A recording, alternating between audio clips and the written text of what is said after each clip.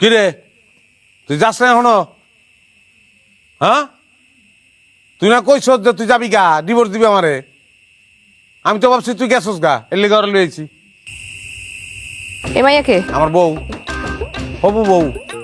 তুই গেলে ঘরে বিয়ে করবো, এক সেকেন্ডের লেগে আমি বাড়ি খালি রাখতে পারবো না।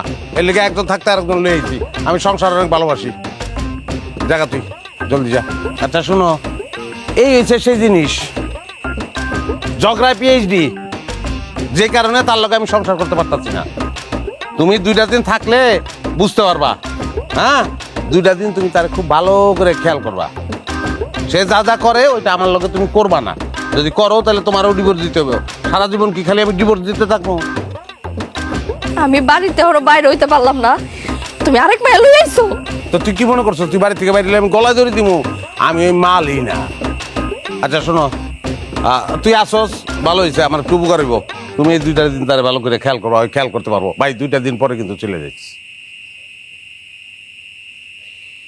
কামটা তুমি করতে পারলা?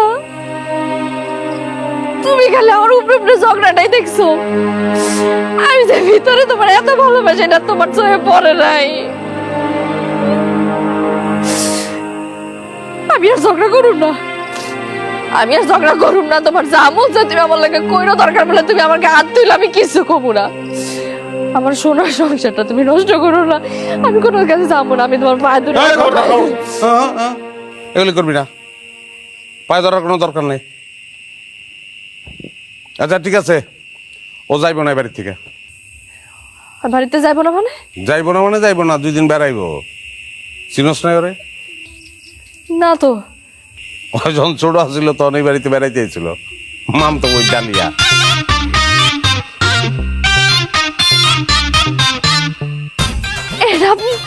এটা তুমি আগে কইবা না, আমি তো ভয় পেয়ে গেছিলাম। এই ভয়টা তো তোমার চেহারা আমি জীবনে দেখিনি। কোনোদিন তো মুখ দা কও নাই যে তুমি আমার ভালোবাসো, কইতাও না এই ঘটনা না ঘটাইলে। যাওন খাওন দাও, মেহমান আইছে, 3 জনে খাবো এক লগে। আও কেমন আছো? কত বড় হয়ে গেছে দেখ। আমগুলোকে বুঝতে হইলে আবার জন্ম নিতে হইব। পারলে তোরা আয় আমগো বাড়িতে, দেখি কত পারো।